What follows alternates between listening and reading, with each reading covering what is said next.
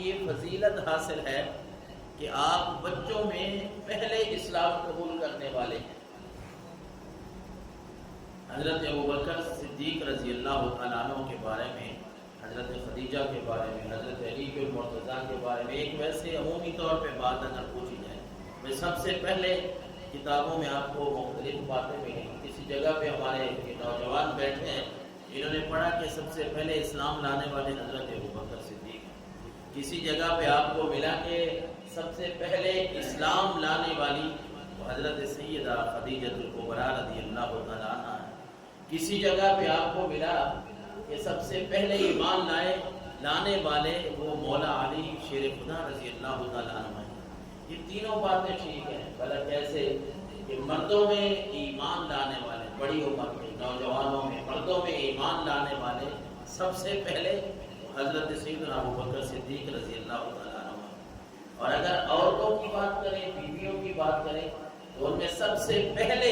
جو سرکار دو عالم صلی اللہ علیہ وسلم پر ایمان لانے والی ہیں وہ حضرت سیدہ خدیجہ الکبریٰ رضی اللہ تعالیٰ عنہ۔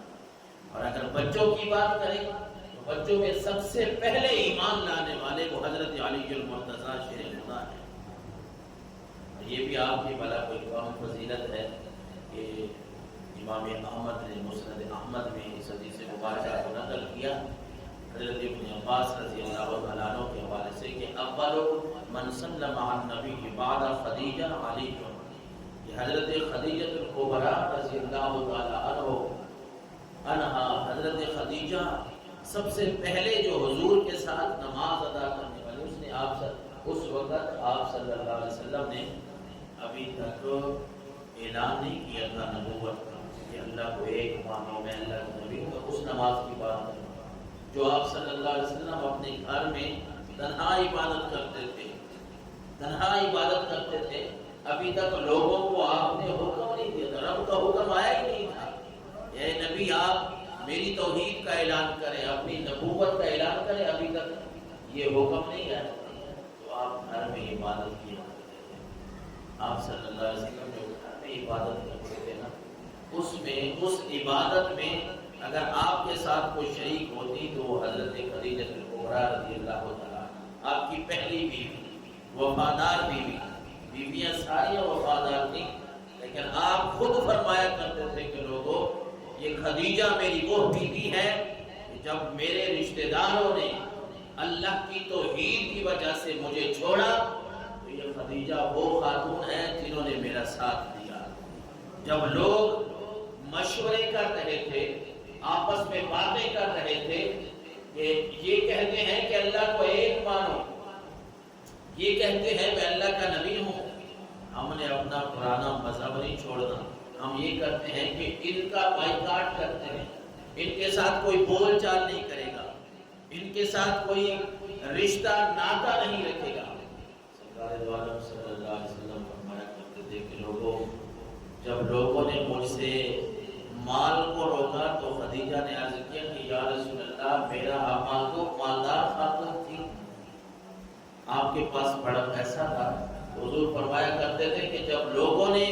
مال و دولت مجھ سے روکا تو خدیجہ نے کہا کہ اے اللہ کے نبی آپ پریشان نہ ہوں، میرا مال یہ آپ کا مال ہے، آپ جس طرح چاہیں اس کو استعمال فرمائیں۔ اور آپ فرمایا کرتے تھے کہ جب لوگوں نے میرے اوپر ظلم و ستم کھانے کے پروگرام بنائے، مجھے چھوڑ گئے، لوگوں نے جب یہ پروگرام بنایا کہ ہم نے ان کے ساتھ قطع تعلق ہی کرنی ہے، جب کوئی بولنے کے لیے تیار نہیں تھا تو اس مالدار خاتون حضرت خدیجہ الکبریٰ نے عرض کیا کہ اللہ کے رسول آپ پریشان نہ ہوں، میں آپ کے ساتھ ہوں، اللہ آپ کے ساتھ ہے، میں آپ کے ساتھ ہوں۔ حضرت ابن عباس رضی اللہ تعالیٰ عنہ فرماتے ہیں کہ سب سے پہلے حضور نبی اکرم صلی اللہ علیہ وسلم جو عبادت کرتے تھے، نماز پڑھتے تھے،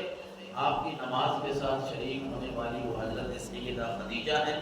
اور اس کے بعد مولا علی المرتضیٰ شیر خدا رضی اللہ تعالیٰ عنہ ہیں، جن کو اللہ نے اس شان سے نوازا ہے کہ